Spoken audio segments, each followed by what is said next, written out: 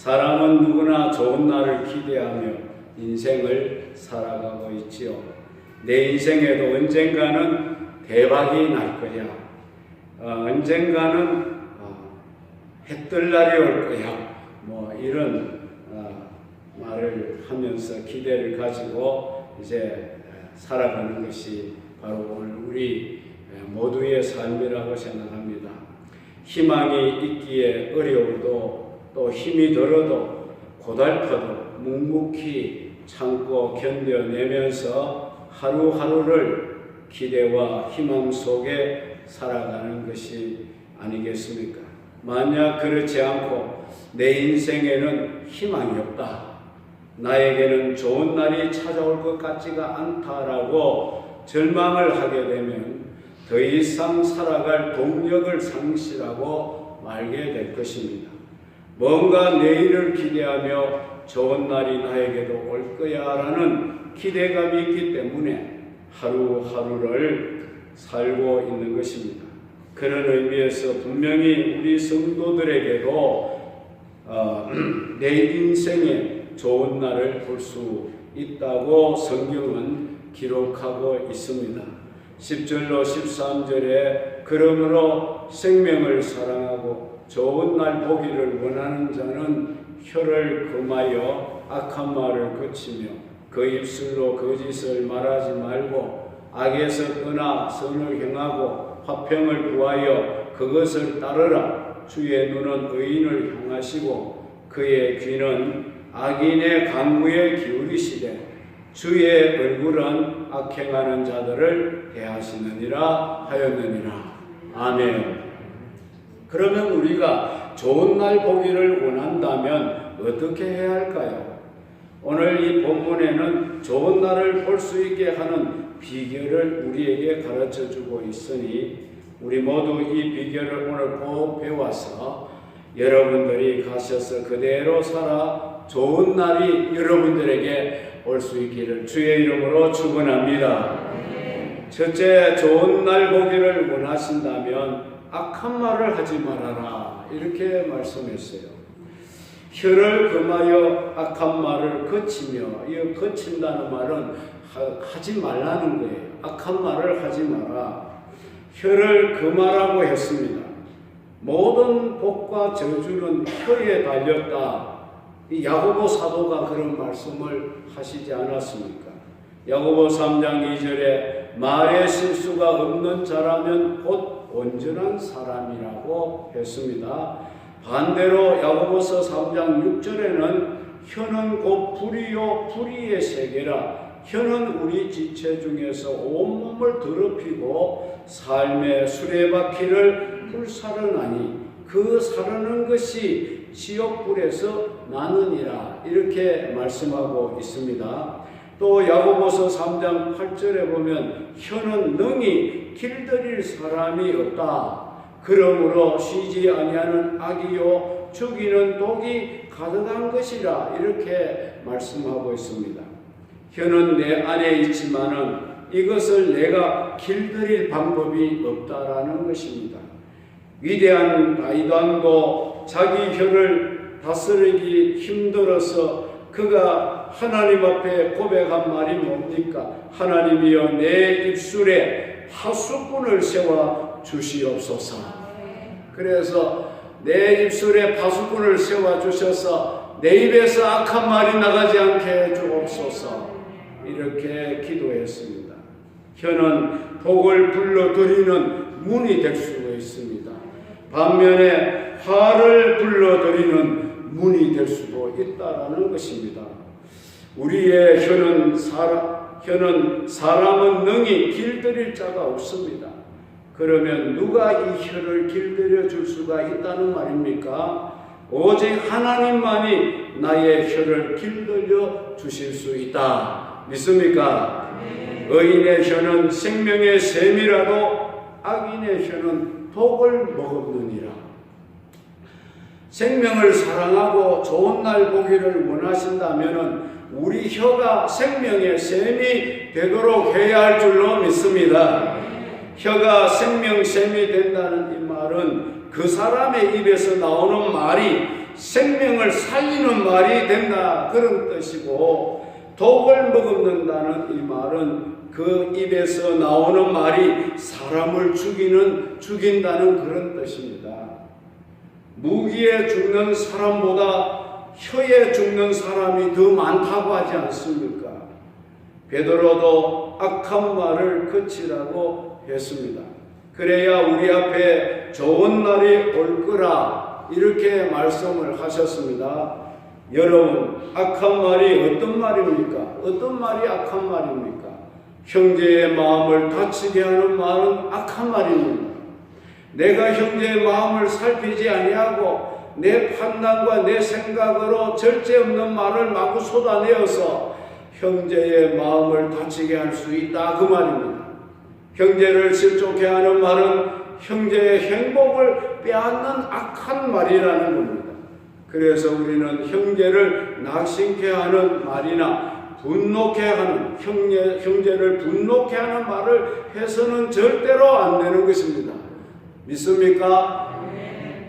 그런 인간관계를 갖게 되면 그 사람의 앞날에는 좋은 날을 기대할 수 없다는 겁니다. 그러면 좋은 말은 어떤 말이 좋은 말이겠습니까? 칭찬하는 말은 좋은 말입니다. 믿습니까? 형제의 장점을 찾아내서 칭찬해주는 말은 참 좋은 말이고 훌륭한 말입니다. 좋은 사람은 장점을 많이 찾아내는 사람이 좋은 사람이에요. 반대로 좋지 않는 사람은 단점을 많이 찾아내는 사람이 좋지 않는 사람이라는 거예요. 부부간에도 상대의 장점을 찾아내 칭찬을 아끼지 말아야 그 부부가 금실이 좋은 그런 인고 부부가 될 줄로 믿습니다. 자꾸 상대의 단점을 찾아내면은 그만 견디지를 못하고 부부간에도 금이 갈 수밖에 없습니다. 이것은 모든 인간관계에서 다 이게 적용이 돼야 할 말입니다. 여러분도 다 잘 아시지만은 짐승들도 자꾸 쓰다듬어주고 이렇게 칭찬해주면 그 짐승이 잘 된다고 하지 않습니까? 예? 고래도 칭찬하면 춤을 춘다고 하지 않습니까, 여러분? 벌써 칭찬을 들을 때와 책망을 들을 때에 그 얼굴 표정이 달라지는 것입니다.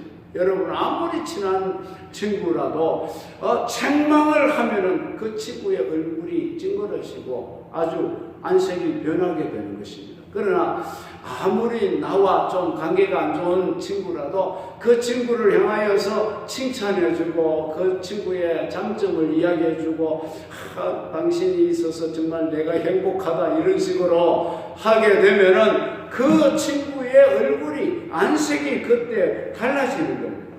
활짝 피지 않습니까? 그렇죠? 내 자식도 그 자식 앞에서 너 그따구로 해가 되겠느냐 이러면 걔가 인상이 확 굳어집니다. 그러나 좀 부족한 면이 있고 좀 마음에 안 드는 것이 있어도 너 정말 잘하는구나, 앞으로는 더 잘하겠다 이렇게 한번 해보면 더 잘할 것 같아, 이런 식으로 칭찬하면서 격려를 해주면은 그 아이가 막 어깨에 힘이 들어갑니다. 믿습니까? 너 언제 인간 됐네? 막 머리를 쥐박고 이러면은요, 아이가 자꾸 빗나가게 되는 것입니다. 그래서 부모는 자식 교육 다른 게 없습니다. 자꾸 칭찬해줘야 돼요.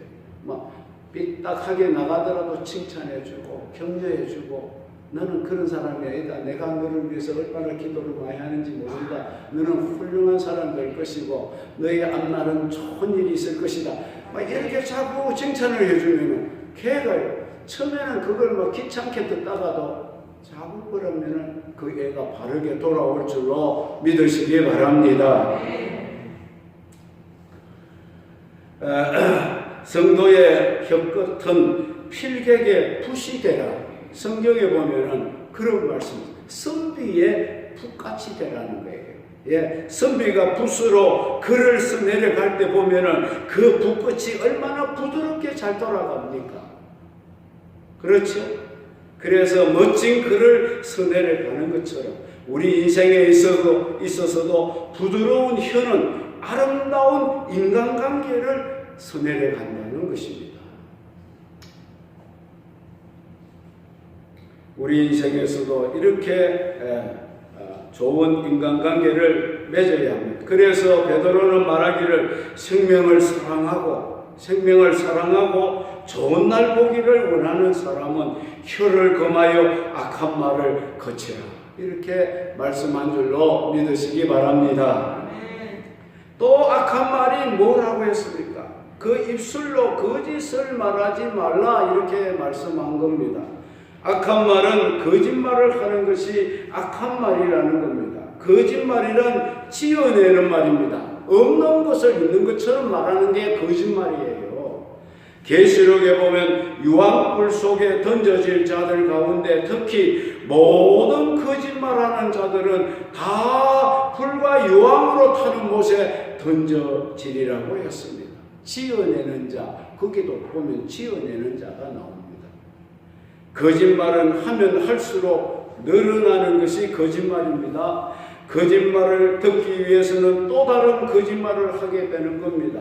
솔직하게 진실을 이야기할 때 그 당시에는 자존심이 좀 상할 수가 있습니다. 부끄러울 수가 있습니다. 그래서 없는 말을 하고 잠깐 순간을 모면하려고 없는 말을 지어내었다가 큰 낭패를 당하는 일이 얼마나 많습니까? 얼마 전에 밤중에 대통령과 법무부 장관이 김현장이라는 법무법인의 변호사들 30여 명과 함께 모여서 술집에서 술을 마시고 노래하고 유흥을 즐겼다. 이렇게 한 첼리스트가 거짓말을 해서 대한민국을 들썩이게 했던 적이 있지 않습니까, 여러분? 결국은 이 첼리스트가 자신이 거짓말을 했다고 경찰에 가서 실토를 했어요. 자기 남친에게 좀 그 불리한 면을 좀 커버하려고 거짓말을 했다는 거예요. 오늘 우리는 할 수만 있으면 진실한 말만 하고 살아야 할 줄로 믿습니다. 하나님은 진실한 자의 편이시라고 하지 않았습니까? 거짓된 자는 마귀의 편입니다. 마귀는 거짓의 아비가 되기 때문입니다. 우리가 좋은 말을 하고 진실된 삶을 살아가다 보면 우리 앞에도 반드시 좋은 날이 오게 될 줄로 믿으시기 바랍니다. 두 번째는 적극적인 선을 행하고 살 때에 그런 사람 앞에는 반드시 좋은 날이 찾아온다. 이렇게 11절에 말씀했습니다.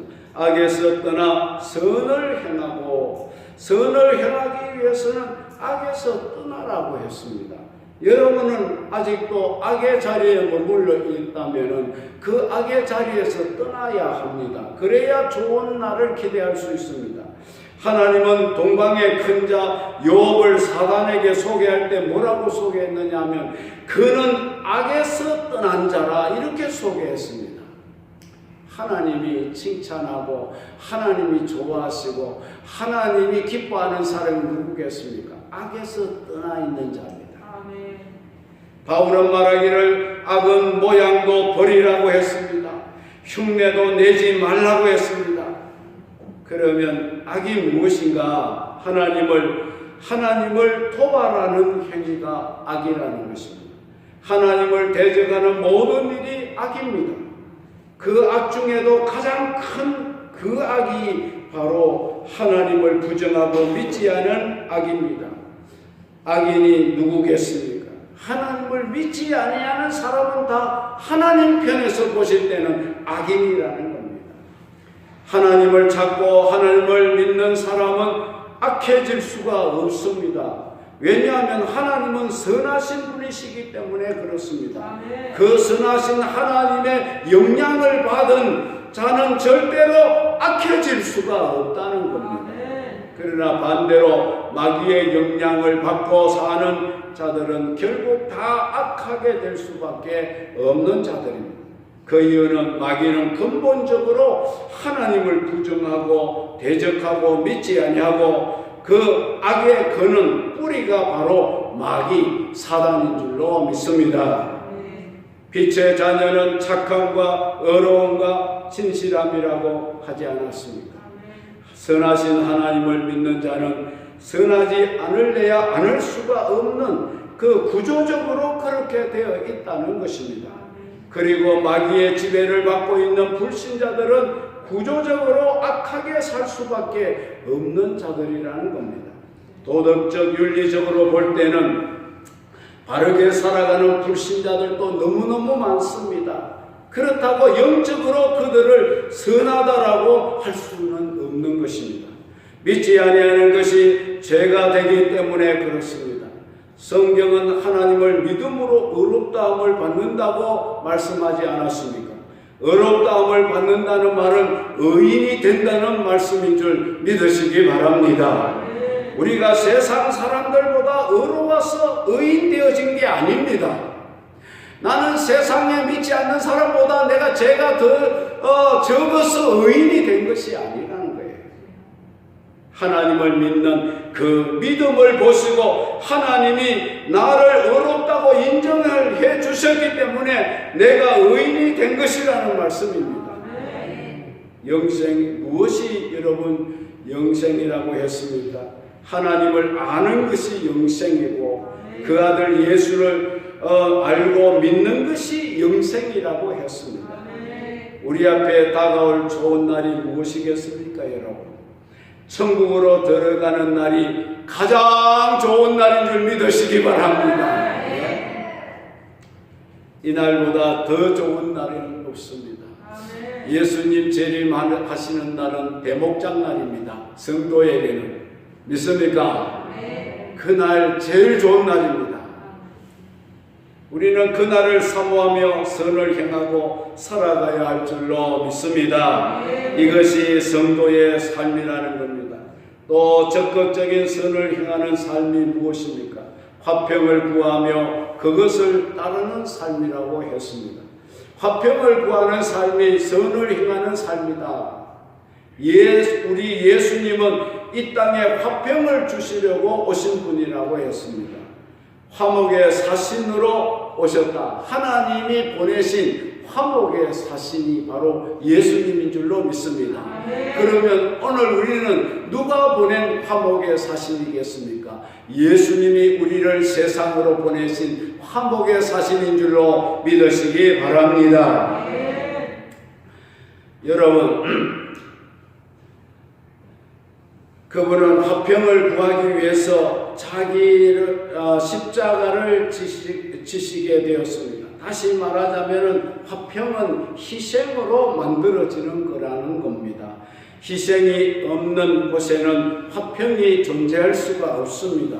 생명의 희생, 물질적인 희생, 헌신적인 희생이 있어야 화평이 생기게 되는 것입니다. 화평은 입으로 구할 수 있는 것이 아니고 희생으로 구할 수 있다. 그 말을 하고 있습니다. 그래서 예수님은 자기의 목숨을 바쳐 세상의 화평을 구하게 되신 줄 믿으시기 바랍니다. 예수님은 제자들에게 이런 당부를 하셨습니다. 너희가 어느 성이나 동네에 들어가거든 먼저 그곳에 화평이 임하기를 기도하라고 했습니다. 뿐만 아니라 산상 보훈에 쓰는 화평케 하는 자는 복이 있나니 저희가 하나님의 아들이라 일컬음을 받을 것이미요라고 주님이 말씀을 하셨습니다.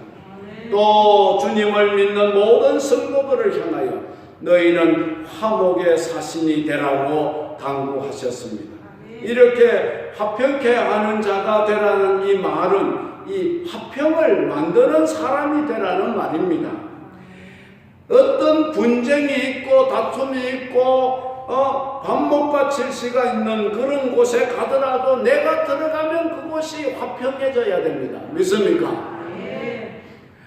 내가 들어가는 곳마다 분란을 일으키고 문제를 일으키고 그 조직이 흔들리면 안 되는 것입니다. 믿습니까? 화평을 만드는 사람은 어디로 가든지 화평을 만들어냅니다. 믿습니까? 화평을 대량으로 생산하는 공장이라는 뜻입니다. 화평케 하는 자.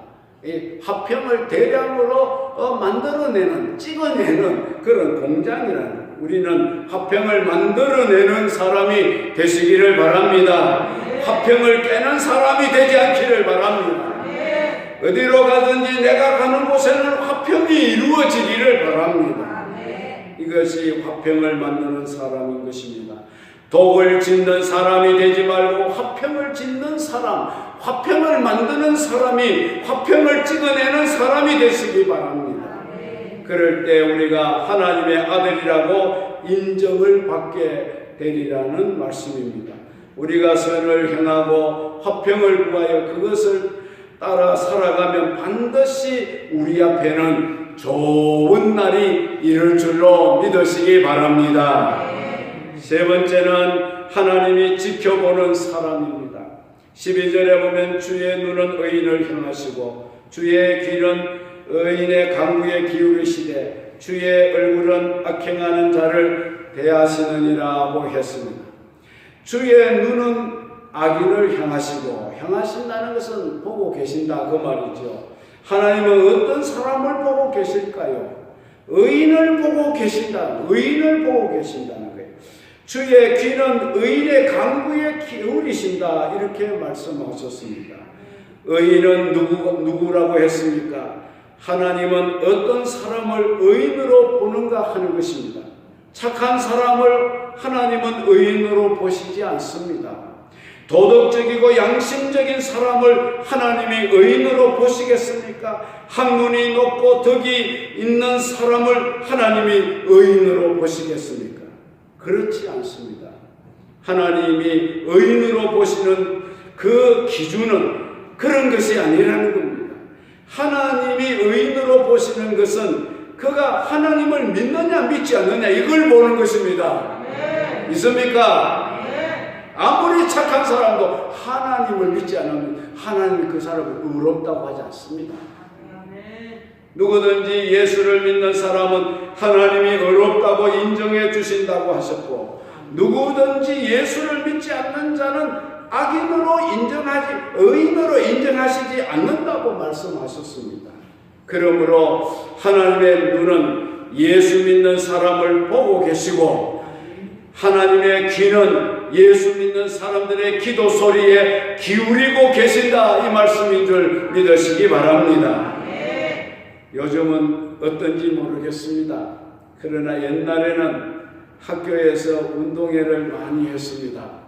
그때는 다 동일한 체육복을 입혀서 운동회를 했습니다.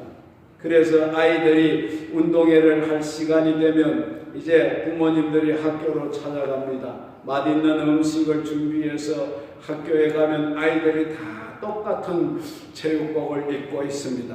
누가 누군지 알 수가 없어요. 나이도 같지요. 키도 비슷하지요. 다 모릅니다. 멀리서 보면 모릅니다. 그러나 그 많은 아이들 가운데도 그 아이의 부모는 단번에 자기 아이를 찾아낸다 이겁니다. 그렇지요? 왜냐하면 그 많은 아이 중에도 내 아이는 한눈에 속 들어오기 때문입니다. 예? 그것이 부모의 눈인 것입니다. 예? 부모의 눈이라는 것. 마찬가지입니다. 우리 하나님 아버지도 이 세상에 아무리 많은 사람들이 살고 있어도 하나님의 눈은 금방 우리를 향하여 보고 계십니다. 하나님 눈에 속 들어오게 되어 있습니다. 그리고 하나님의 귀는 항상 당신의 자녀들의 기도 소리에 기울이고 계시는 것입니다. 여러분들은 하나님 아버지께 감사하며 사셔야 됩니다. 우리가 무엇이간데 하나님이 이처럼 사랑하셔서 매일같이 우리를 향하여 보고 계시고 우리의 기도 소리에 귀를 기울이고 계신다는 말입니까? 이렇게 하나님이 항상 우리를 보고 계시고 우리의 기도를 듣고 계시는데 우리가 잘못될 리가 있습니까, 여러분? 없습니다. 망할래야 망할 수가 없고, 우리는 지옥 문 앞에 가서 지옥 사자에게 우리 지옥에 좀 보내주시오 아무리 통사정해도 안 됩니다. 못 들어갑니다. 하나님이 이렇게 우리를 보고 계시는 거예요. 믿습니까?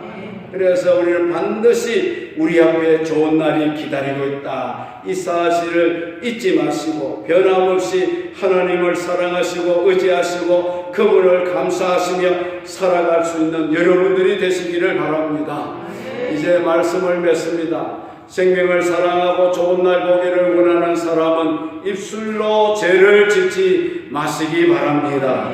우리의 입은 항상 축복을 빌어주고 사랑을 노래하고 감사의 말을 할 수 있기를 바랍니다.